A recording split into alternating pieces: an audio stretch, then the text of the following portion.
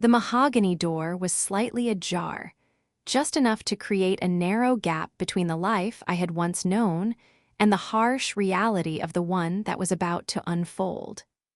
Through the sliver of space, I saw the afternoon sunlight spilling across Oliver's immaculate office, casting a golden glow over the sleek furniture and polished surfaces.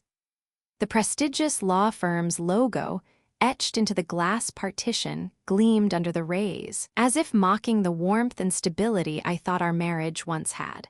The soft murmur of voices reached my ears, but it was his voice, warm and intimate, that drew me in. A voice that had once filled our home with love and affection, a voice that had slowly become distant and cold.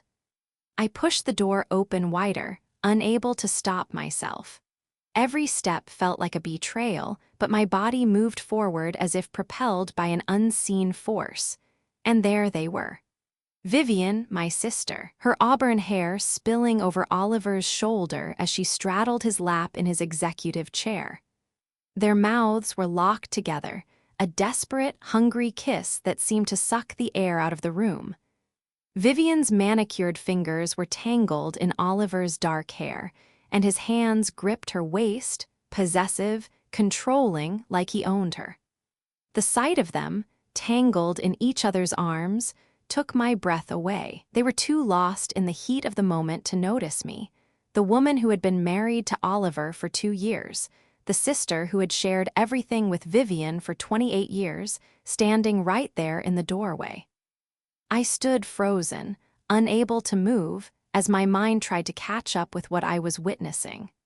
The world around me seemed to collapse, everything I had believed in falling apart in front of my eyes. Time seemed to stretch, my heart racing in my chest, my world spinning out of control. The betrayal was so raw, so unexpected, I couldn't comprehend it.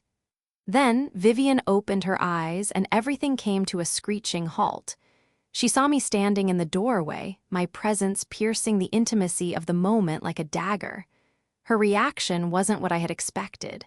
There was no gasp, no panic, no scramble to fix her appearance or her actions, no shame. She just smiled, that same familiar, confident smile she had always given me. She smiled as if nothing in the world had changed, as if everything was perfectly normal. It was as though I had walked into an ordinary conversation, not the wreckage of my life. I stood there, my heart pounding, my legs unsteady. The pain that shot through me felt physical, like a wound being ripped open. It wasn't just the shock of seeing them together, it was the realization that everything I thought I knew about my sister, my marriage, and my life was nothing more than an illusion. I had been the fool all along. The world around me blurred as I stared at them.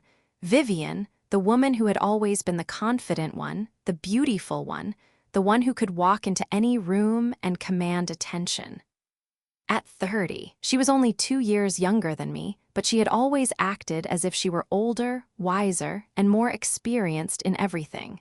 Now, as she sat in Oliver's lap, she looked radiant, her beauty more dazzling than ever. I hated the way she looked, the way she seemed so comfortable, so at ease in this betrayal. And yet, at the same time, I couldn't tear my eyes away from her, from the perfect picture they painted together. Oliver, my husband, the man I had married with dreams of building a life together, hadn't even looked up. His gray eyes I had fallen in love with during our college study sessions, remained focused on Vivien as she slowly pulled back from their kiss. I could feel his indifference, the coldness in his gaze, and it hit me harder than any words could have. He didn't even seem guilty.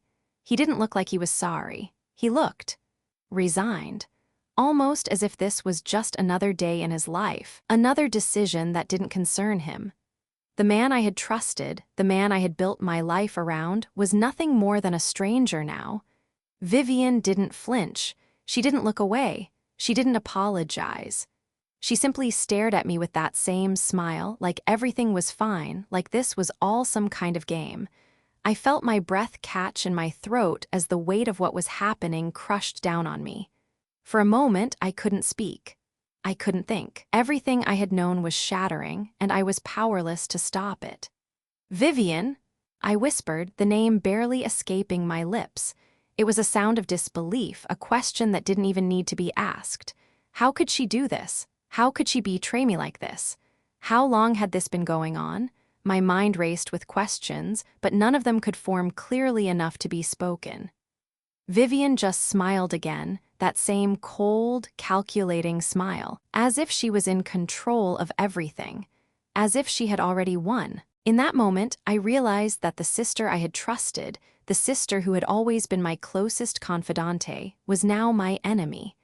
She had crossed a line that could never be undone, and Oliver, the man I had loved, the man I had built a life with, had betrayed me in the worst possible way. I turned and walked away, my body moving on its own, the pain too sharp to bear.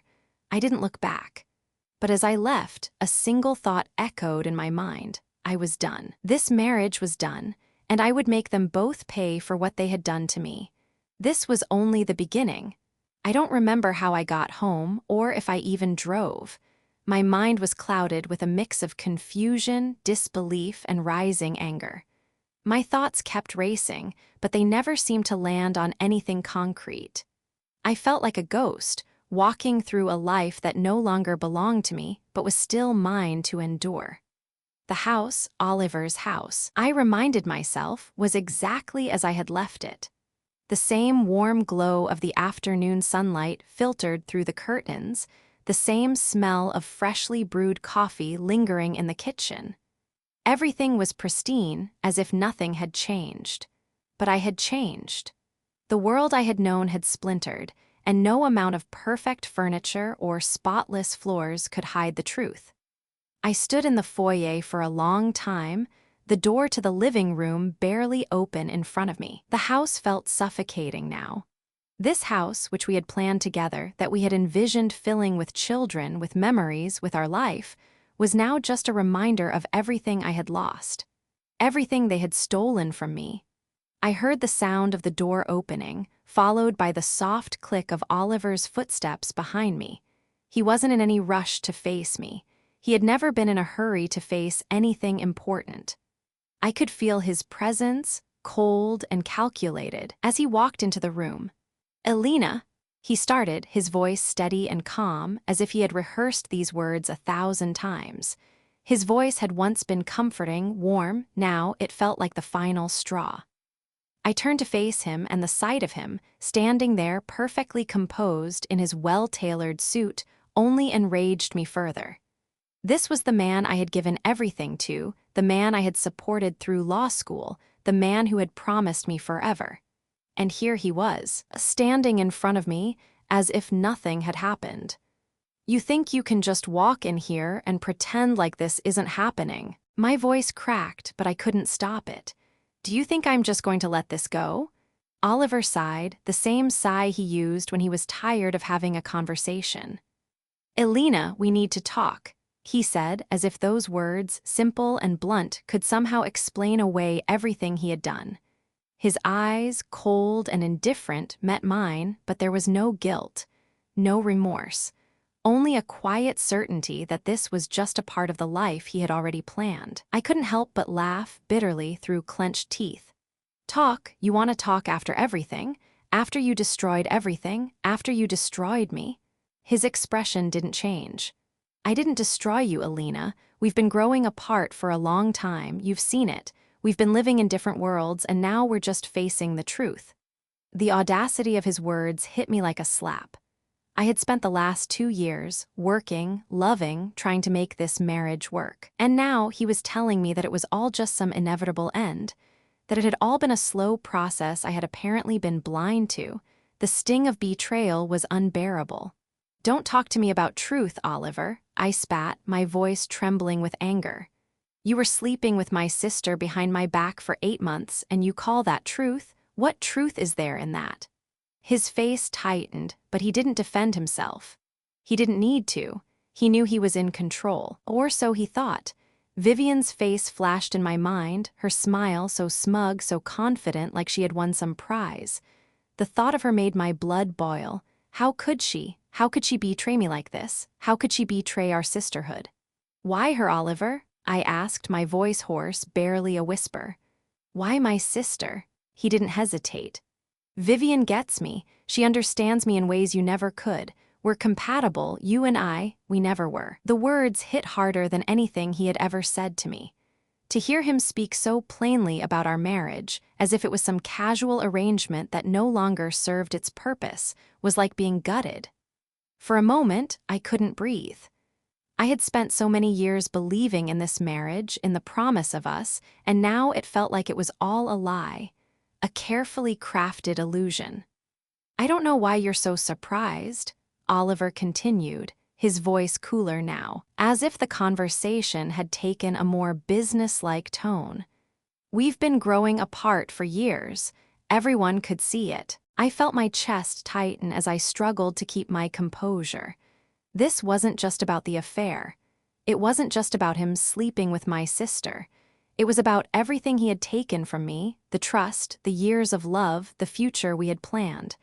The betrayal was deep, but it was the indifference in his voice that tore me apart. Everyone, huh? I asked bitterly, glaring at him. Even my own mother, you think she saw it coming? Oliver shifted uncomfortably. Your mother. I could feel the weight of his words hanging in the air. She knows, doesn't she? I demanded. She's probably already talked to you about it. She's probably already taking your side, isn't she? Oliver didn't answer, but his silence spoke volumes. The realization hit me like a ton of bricks. My own mother had known, had been complicit in this betrayal, and hadn't bothered to tell me. The weight of her silence, her indifference to my pain, was almost worse than the affair itself. I took a deep breath, trying to calm myself, but the anger inside me wouldn't let go. I want you out, I said, the words tasting like acid in my mouth. I want you out of my life, out of this house. Oliver chuckled softly, almost mockingly. Elena, it's my house. My name's on the deed. You'll be the one leaving. The audacity, the nerve of him. I had spent years in this house, helping him build his career, supporting him, and now he was throwing me out like some unwanted piece of furniture. I felt like I was suffocating. Fine, I spat, my voice steady despite the storm raging inside me. You want me out? Fine, but I'll be taking what's mine with me. The finality of my words hung in the air, and for a moment the room felt eerily silent. This wasn't just the end of a marriage, it was the end of everything I had known. And no matter how hard Oliver tried to dismiss it, I knew one thing for sure: he had underestimated me. The end had arrived, and I wasn't about to go quietly. The drive home was a blur of conflicting emotions: rage, confusion, heartbreak, but most of all, numbness. I couldn't seem to process the reality of what had just happened. I had walked into that office expecting the mundane, the routine, and instead I was forced to face a betrayal that was so deep, it threatened to swallow me whole.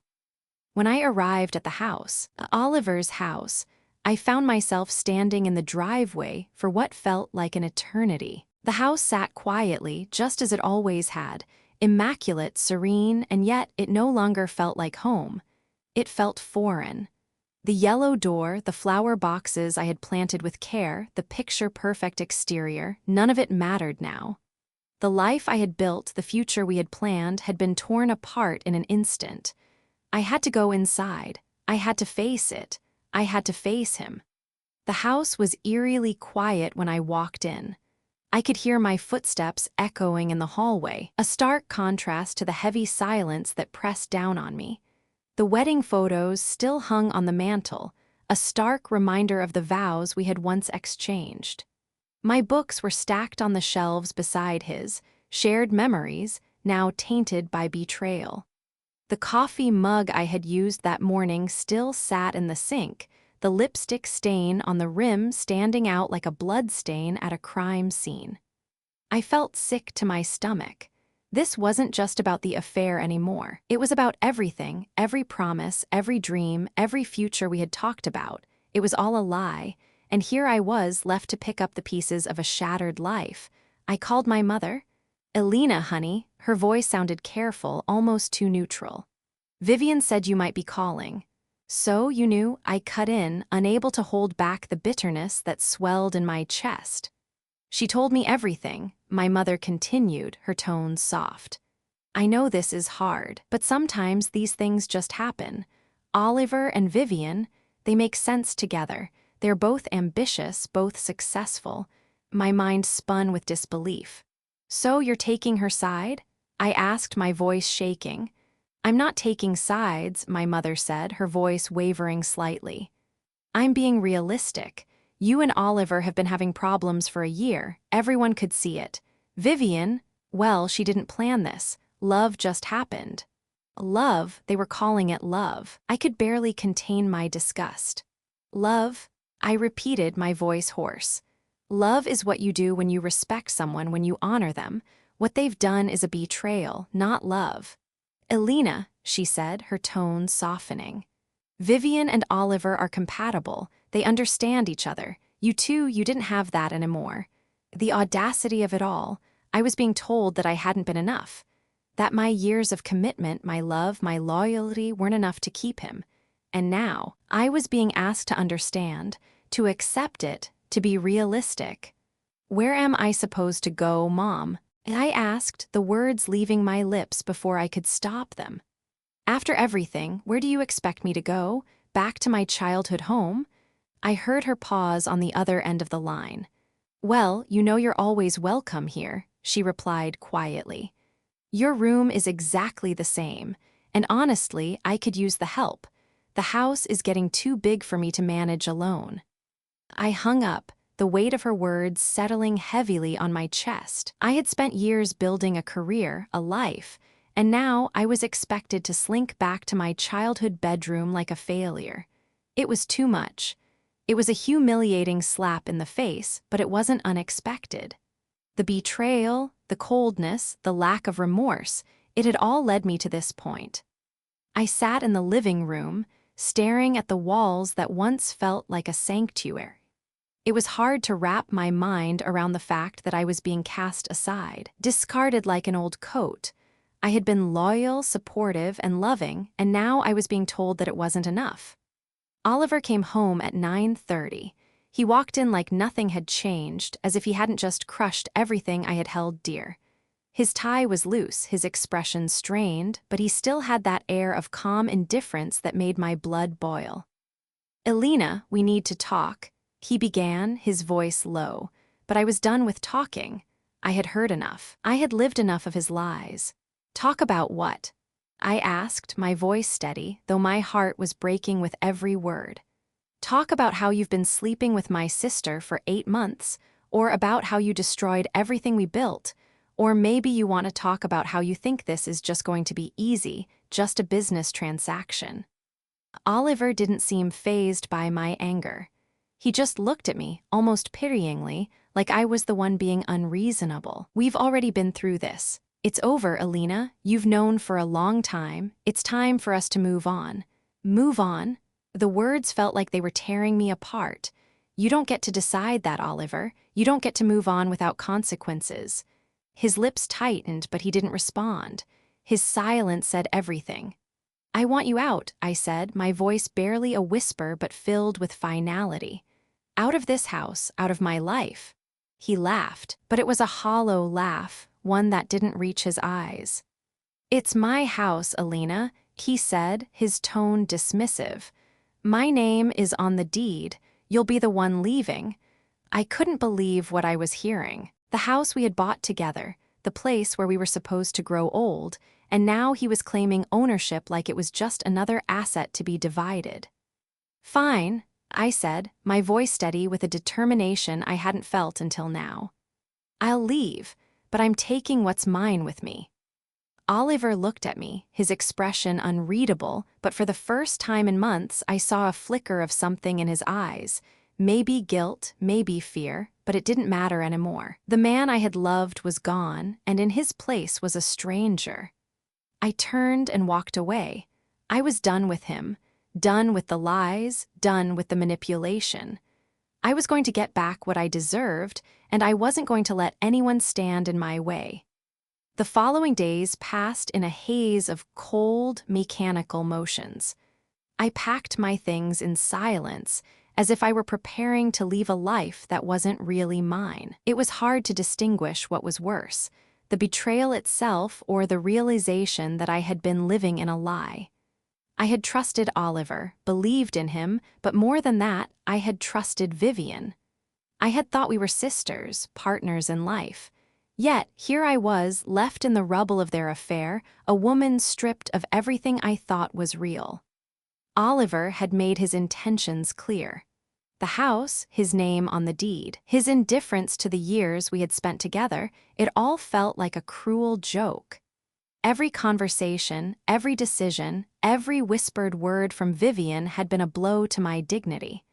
They didn't care. Not about me, not about our past. I wasn't just an inconvenience, I was collateral damage in their pursuit of each other. But what hurt the most wasn't just Oliver's callousness. It was the casual cruelty with which Vivien treated me. There was no apology, no remorse. There was only a sense of entitlement, like she had every right to steal my life away. And maybe, in her eyes, she did. I stayed with my mother for a few days, her house feeling like an old prison. She tried to be supportive, but the tension was unbearable. Every conversation felt like a reminder of how my life had turned upside down. My mother, who had always treated me as if I was a little too much, too ambitious, too independent, now treated me like I was broken. She couldn't fully understand my pain, nor could she comprehend why I wasn't just letting it go. Why wasn't I grateful that Vivien had found love with Oliver? "Mom, I'm not some casualty of fate," I snapped one evening, my voice rising in frustration. "This isn't some story of two people finding their perfect match. This is my life, and they've destroyed it. Don't you get that?" But my mother's eyes were filled with that same old sympathy, the kind that felt patronizing now. "Sweetheart, this is the way things go sometimes. Vivien didn't mean for it to happen. It just did." I shook my head in disbelief. "You're taking her side, aren't you?" She sighed and lowered her gaze, avoiding the question. But I didn't need an answer. I already knew the truth. I left my mother's house after a few days. The comfort I had once found there had been replaced by a suffocating sense of confinement. I had spent my entire life trying to earn her approval, to be the daughter she could be proud of. But now, I saw that her love had always been conditional, and I couldn't stand to be around it anymore. Back at my own apartment, I set to work. I didn't need Oliver's money. I didn't need his house. What I needed was closure. What I needed was to take back my life from the wreckage of their betrayal. I went to the law firm and filed the divorce papers. The whole process felt cold and distant. I wasn't prepared for the legal battle that was ahead of me, but I knew one thing for sure: I wasn't going to let them get away with it, not without consequences. I was sitting at my desk one evening, working late, when I received a message from Margaret, my divorce lawyer. It was brief but promising. "I've spoken to your lawyer. We've received an offer. It's time to make your move." I sat back in my chair, staring at the glowing screen of my computer. I had no more patience for the charade. It was time to take control, time to make them feel the weight of their actions. The next day, I went to Margaret's office, and we reviewed the settlement offer from Oliver's team. It was exactly what I expected: insulting, dismissive, and full of holes. They were offering me a fraction of what was rightfully mine. Oliver thought he could buy me off with a few $1,000s, thinking I would just walk away, humiliated but quiet. But that wasn't going to happen. I was done being their pawn. "I won't accept this," I told Margaret firmly. "He wants me to disappear quietly, but I won't. I want everything, half the house, alimony, and I want them both to understand that what they've done won't go unpunished." Margaret's eyes sparkled with approval. "Now, that's the Elena I've been waiting to see." She paused, then added, "I've been talking to some journalists who are interested in your story. It seems your soon-to-be ex-husband has a lot to answer for." The thought of my life being broadcast for all to see made my stomach churn, but something inside me clicked.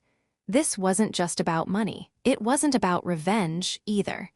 It was about reclaiming my power, my voice. It was about making sure that they knew that I wouldn't go down quietly. "I'll make them regret ever thinking they could walk all over me," I said, my voice low but full of determination. Margaret gave me a look of respect. "Good. It's time to let them see what happens when a woman decides not to be a victim anymore." As I left her office, I felt a shift inside me, something deeper than anger, something sharper. It was clarity. For the first time in a long time, I felt in control. It was no longer about the life I had lost. It was about the future I was going to build. And I would build it from the ashes of their betrayal. I wasn't going to disappear. I wasn't going to let them forget what they had done.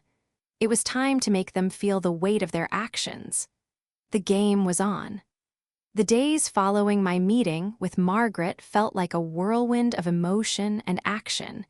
It was strange how quickly things had begun to fall into place. The rage that had consumed me in the beginning had simmered down into something more controlled, calm, calculated, and full of purpose. I wasn't the woman who had stood in that doorway, frozen in disbelief. That woman was gone. This was someone new, someone stronger, someone who would fight for what was rightfully hers. I knew Oliver and Vivien were expecting me to back down. They were underestimating me, thinking that I would be a quiet victim in all of this. But as I sat down at my desk, poring over the divorce papers and reviewing my assets, I knew I was anything but a victim. I was in control now. It had been a week since Oliver had tried to convince me that I was unreasonable and that I should just accept the settlement. The audacity of him, sitting across from me like we were negotiating over a broken toaster. As if everything we had built together could be reduced to a simple transaction, to be decided over a few signatures. I had gone over the numbers with Margaret, and it was clear. Oliver's offer was laughable. It was not even close to what I deserved. I had supported him through his career. I had put my own aspirations on hold to make our life together, and now he was offering me a pittance in return. I wasn't just fighting for money. I was fighting for my dignity, for the respect I had been denied. I felt my pulse quicken as I prepared the counteroffer. Margaret was right. We were going to make him regret this. I wasn't going to let him walk away from this unscathed. If he thought I would roll over, he was about to get the shock of his life. The phone call from my lawyer came a few days later. "Elena," she said, her voice full of authority. "It's time, we've got their response." I leaned forward, my heart pounding. "What did they say?" I asked, trying to keep my voice steady. "It's not good," Margaret replied, her tone serious. "They've rejected your terms. They've even threatened to fight you in court. They're digging in their heels." I smiled grimly. This was exactly what I had been hoping for. This was where it got interesting. "They want to fight? Good, let them. I'll be ready," I said firmly. The battle was far from over, but I could feel a surge of adrenaline at the thought of what was coming next. I wasn't just going to fight for a fair settlement. I was going to make sure that the entire world knew the truth about what had happened. If they thought they could humiliate me and walk away with no consequences, they were wrong. The next few weeks passed in a blur of meetings, strategy sessions, and late nights spent reviewing legal documents. The more I learned about Oliver's financial manipulations, the more disgusted I became. Everything he had done, every move he had made, was designed to make sure I didn't get what I was owed. He had structured the marriage like a business deal, with the sole intention of protecting himself in case of a divorce. But the more I uncovered, the more ammunition I had, and the closer I got to unraveling his web of lies. Meanwhile, Vivien was no less smug. She had been sending me subtle messages, pretending to be concerned about how I was handling everything. But I saw through it. She wasn't concerned about me. She was concerned about herself. She was worried that her carefully constructed life would come crashing down when the truth came out. And it would.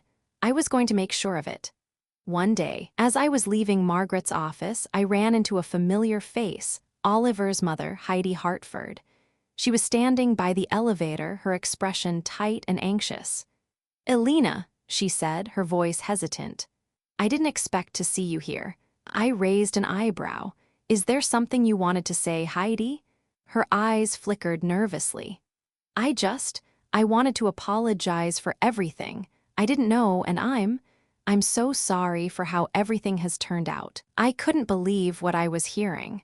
Heidi had been complicit in all of this. She had known about the affair, known about the manipulation, and yet had stayed silent. And now, after everything had come to light, she was offering apologies as if that could undo the damage. "You're sorry?" I said, my voice cold. "You're sorry that your son and my sister have ruined my life?" She flinched, but I wasn't done. "You could have spoken up. You could have said something. But instead, you've sat back and watched me be humiliated, watched me be cast aside like I meant nothing." She opened her mouth, but no words came out. She was speechless. She knew it was true. "I don't need your apologies, Heidi. What I need is justice, and I'm going to get it." Her face flushed, and she stepped back as if my words had struck her physically.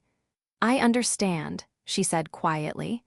"I just wanted to make sure you knew I didn't approve of any of this."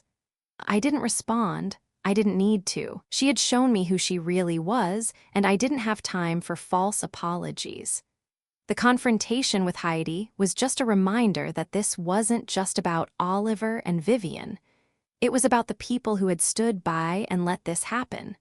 The people who had watched and done nothing. But the more I thought about it, the clearer it became. I wasn't just going to fight for a fair settlement. I was going to make sure everyone who had been involved knew that I wasn't backing down. I wasn't just fighting for myself anymore. I was fighting for every woman who had ever been betrayed, every person who had ever been cast aside. I wasn't just going to walk away. I was going to make them feel the weight of what they had done. And I was going to make sure that when they thought of me, they thought of someone who didn't just survive the storm, but rose from the ashes of their betrayal. The weeks following my encounter with Heidi were a blur of emotion and preparation. I had thrown myself into the divorce proceedings with an intensity I hadn't known I was capable of. Every morning, I woke up with a single thought in my mind: I will not be silent. Oliver and Vivien had underestimated me. They thought I would crumble in the face of their betrayal, that I would walk away quietly and disappear into the shadows of their new life. But they were wrong. What they didn't understand was that the woman I used to be, the one who would swallow her pain and remain the dutiful wife and sister, was gone. In her place stood someone far stronger, someone who wasn't afraid to fight for what was right. Margaret and I had continued to dig deeper into Oliver's financial dealings. With each new piece of information, my resolve grew stronger. I discovered that Oliver had hidden assets in offshore accounts and manipulated business deals to funnel money into separate accounts before the divorce. He had thought ahead, planning for this day long before it ever arrived. But so had I. One evening, I sat in Margaret's office, staring at the pile of evidence we had collected. I couldn't help but smile a little. This was it. This was the final piece of the puzzle. "We're ready," Margaret said, sitting across from me, her face as serious as ever. "We have everything we need. The forensic accounting, the evidence of manipulation, the affair, it's all here. The truth is on our side." I nodded, my heart pounding. "Let's do it." We filed the lawsuit for divorce on the grounds of adultery and financial manipulation. The public records would make everything available to anyone who cared to look. This wasn't just about the settlement anymore. It was about exposing the truth. It was about forcing Oliver and Vivien to confront the consequences of their actions, not just in our lives, but in the world they had so carefully crafted.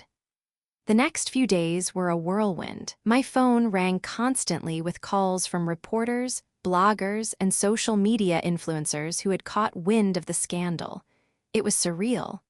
A part of me wanted to retreat into the quiet of my home and hide from it all, but that wasn't an option anymore. This was my moment to speak, and I would not be silenced. Then came the blow I had been waiting for. Oliver's law firm called. The senior partners were demanding a meeting. I had been expecting this. The firm had always prided itself on its reputation, on being seen as the epitome of professionalism and trustworthiness. But now, their junior partner's affair, financial misconduct, and the public fallout were threatening to tear that reputation apart. They wanted to know how I planned to handle this situation, as if I were the one who had caused the chaos. I arrived at the firm, my heart pounding with anticipation. I wasn't just walking into a legal battle. I was walking into a room full of people who thought they could get away with anything because of their power, their status, and their money.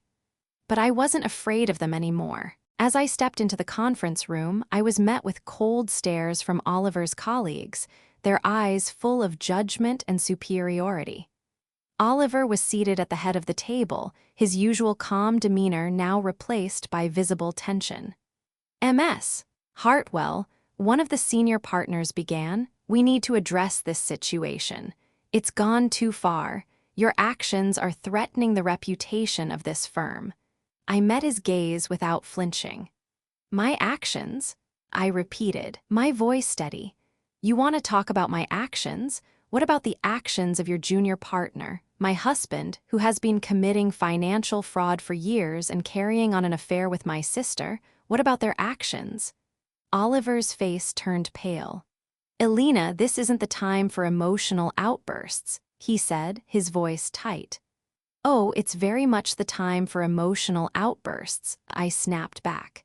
"You have destroyed my life, Oliver. You've manipulated me, lied to me, and now you want me to sit here and pretend like I'm the problem." The room fell into a tense silence, the weight of my words hanging in the air. "You are jeopardizing the future of this firm," the senior partner continued, his voice strained. "The media attention, the potential damage to our clients, it's becoming a public relations nightmare." I couldn't help but laugh bitterly. "A public relations nightmare? What about the personal nightmare you've caused me? My family? You think I care about your firm's reputation right now?" Oliver shifted uncomfortably in his seat, his jaw clenched. "What do you want, Elena?" he asked, his voice resigned, like he was just waiting for me to say something that would make all of this go away. "I want what's mine," I said, my voice steady but filled with fire. "I want a fair settlement. I want the house. And I want you to pay for what you did, not just with money, but with the public consequences of your actions. I want the world to know exactly who you are." The senior partner exchanged a look with the others, his face pale. "You have no idea what you're asking for." "Oh, I think I do," I replied. "I've learned a lot in the past few weeks. I know exactly what I'm asking for, and I'm not backing down." Oliver, who had been silent for the last few moments, finally spoke. "Elena, please, let's just move on from this. We can settle privately, quietly, and this will all go away." "I don't want it to go away," I said, my voice sharp. "I want people to see you for who you really are. You can't just walk away from this and pretend like nothing happened. There are consequences for what you did, and I'm going to make sure everyone knows it." As I left the meeting, I felt a surge of power I hadn't realized I had. They had thought they could control me. They had thought they could erase the damage they had done with a quick settlement, but they were wrong. This was my fight now. This wasn't just about the money. It was about showing them that I was stronger than they ever imagined. And I wasn't about to let them win. I didn't just want justice. I wanted them to understand that betrayal had a price, and I was going to make sure they paid it. The next few weeks were an intense blur of legal battles, media scrutiny, and emotional exhaustion. But despite the pressure, I felt a strange sense of empowerment every time I moved closer to the truth. Oliver and Vivien had thought they could play the system, manipulate the narrative, and walk away unscathed. They hadn't counted on me fighting back with everything I had. As the case moved forward, Oliver and his legal team attempted every trick in the book to make me back down. Arguments about financial settlements, threats of legal action, even subtle attempts to discredit me.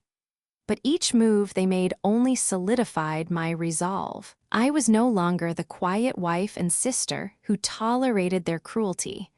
I had become something else entirely, something stronger, someone who would not be silenced. The media attention grew as the case continued to unfold. Journalists, bloggers, and social media influencers jumped at the chance to cover the scandal. Oliver, once the golden boy of the law firm, was now under intense public scrutiny. Vivien, too, found herself facing unexpected consequences in her PR career. Clients who had once adored her began to question her integrity, and rumors of her affair with Oliver spread like wildfire. For the first time in my life, I was no longer ashamed of my story. I was no longer hiding behind a mask of politeness, pretending that everything was fine. I had found my voice, and I was using it to take control of the narrative. Then came the day that changed everything. The day Oliver finally agreed to the full settlement. It wasn't because he had suddenly grown a conscience. No, it was because his reputation, his career, and his carefully constructed life were now on the line. His firm had become aware of the affair, the financial manipulations, and the media frenzy that had followed. The pressure was too much for him to ignore. The settlement was generous, far beyond what he had initially offered. It wasn't just about the money anymore. It was about securing my future, about showing them that I wasn't someone to be underestimated. I took the money and walked away, but not just with a check. I took back my life. I took back my dignity, and most importantly, I took back my future. Months passed, and my life began to shift in ways I never imagined. My design business flourished, fueled by the newfound strength I had discovered within myself. The media attention that once felt like a burden now served as a platform for me to help others. I had become a symbol of resilience, a woman who refused to be broken by betrayal, who fought back and reclaimed her power. Through the nonprofit I had partnered with, I began helping other women who had faced similar struggles, women who had been betrayed, manipulated, and discarded. I worked with them, using my design skills to help them tell their stories. Together, we created websites, social media campaigns, and awareness programs that shed light on the dark side of divorce and financial manipulation. My work gave me a sense of purpose, a feeling of fulfillment that I hadn't known in years. I dated again, slowly at first, unsure of what I was looking for. But when I met Franklin, a teacher with a gentle heart and an understanding of the battles I had fought, something clicked. We took things slow, building our relationship on trust and honesty rather than convenience and assumptions. He admired my strength, not because it intimidated him, but because he understood the depth of what I had been through. Meanwhile, Oliver's life had crumbled. After the divorce, he moved to another state where his law license was eventually suspended. I heard through mutual acquaintances that he was now working for a small firm, handling real estate closings, a far cry from his once promising career as a high-powered lawyer. Vivien, too, had suffered. The affair that had once seemed so thrilling to her had lost its shine. Her PR career had taken a serious hit, and after a few months, she was forced to accept a more modest position at a corporate communications firm in another city. My mother, too, began to change. After the settlement, she started to reach out more, visiting me regularly and even showing genuine interest in my life. We began to rebuild our relationship, not as mother and daughter, but as two women who had experienced loss and betrayal and who were learning to heal together. And then, just when I thought everything had settled into a new normal, I received an email. It was from a producer at a major television network, asking if I would be interested in consulting on a documentary series about women who had fought back against betrayal and manipulation. The subject line read, "The Reckoning, Your Story Matters." The email explained that my case had become something of a legend in legal circles, a story of a woman who refused to disappear quietly. The producer wanted to tell my story, not as a victim, but as someone who had turned pain into power and betrayal into justice. At first, I hesitated. A year ago, I would have been mortified at the thought of my personal life becoming public entertainment. But as I read through the email again, something inside me shifted. This wasn't about reliving the past. This was about helping other women, showing them that they didn't have to be silenced, that they had a choice. I responded to the email, asking for editorial control over how my story would be told, and that a portion of the proceeds from the documentary would go to organizations that help women in similar situations. The documentary aired 8 months later. The episode about my case, titled "I Walked into My Husband's Office and Found My Sister Sitting on His Lap," was the highest-rated episode of the series. I watched it from my new apartment, the one I had bought with the money from the settlement. The apartment was small, in the Arts District, with exposed brick walls and huge windows that filled the space with light. My design business had grown beyond what I had imagined, thanks in part to the referrals from women who had seen the documentary and wanted to work with someone who understood the power of controlling your own narrative. As the episode aired, I felt a strange sense of satisfaction. I wasn't the same person I had been before all of this. I was no longer the woman who had been torn apart by betrayal. I was stronger, wiser, and ready to live my life on my own terms. And as I watched the last scenes of the documentary unfold, I knew one thing for sure: this was just the beginning.